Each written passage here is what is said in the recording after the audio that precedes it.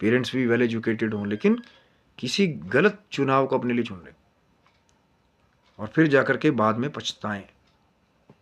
क्योंकि अगर समय रहते, अगर माँ बाप पहले ही अपने, अगर लग रहा है कि बच्चा गलत जा रहा है, आज आपको कहीं से पता चल गया, कुंडली आप चेक कर लें तो कहीं आपको नीच का चंद्रमा मिल जाए उस बच्चे का, चाहे वो लड़की है चाहे लड़का है, तो उसका उपाय करके आप, हो सकता है कि जो अनहोनी घटित होने जा रही थी, ग्रह ने तो अपना काम करना है, ये ग्रह नीच का है, मारक भी है, तो वो जैसे ही अपनी अंतरदशा महादशा में आएगा वो मार करने की पूरी पूरी कोशिश करेगा। वो ग्रह के हाथ की पावर है, लेकिन आपके हाथ में क्या है? आपके हाथ में कि आप उसका उपाय कर सकें, उस ग्रह का दान कर सकें। अब नीच का चंद्रमा है तो जो चंद्रदेव का मंत्र है उसका भी आप जप कर सकते हैं। ओम श्रांग श्रींग सच चंद्रमा से नमः, इस मंत्र के द्वारा भी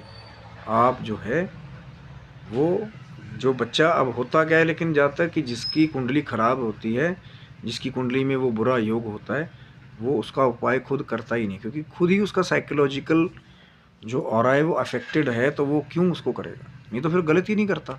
अगर बुद्धि सही काम कर रही होती, कि चंद्रमा मन का कारक भी है, चंद्रमा बुद्धि का कारक है, तो चंद्रमा जब वहाँ पे बिगड़ गया, नीच का भी हो गया या मारक हो,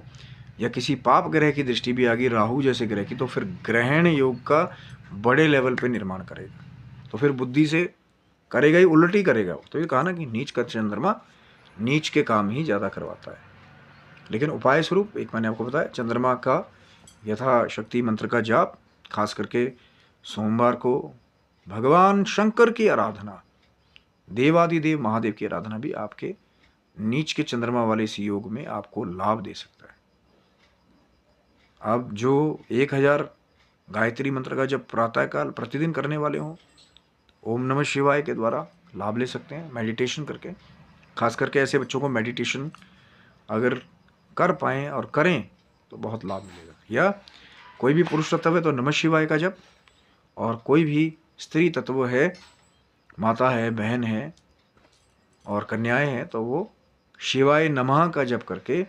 या मेडिटेशन करके इसके ऊपर वो लाभ ले सकते हैं। लेकिन जब दान करेंगे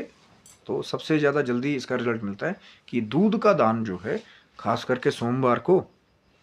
या भगवान शंकर का अभिषेक जो है, दूध में आप घी डालिए, शक्कर डालिए, शहद डालिए, थोड़ा सा गंगा जल डालिए, फिर थोड़ा काला तिल, सफ़ेद तिल डालिए, उसके द्वारा भगवान शंकर का अगर कम से कम सोमवार को भी अभिषेक करें तो भी लाभ मिलेगा। अगर प्रतिदिन कर पाएँ बहुत अच्छी बात है, अगर प्रतिदिन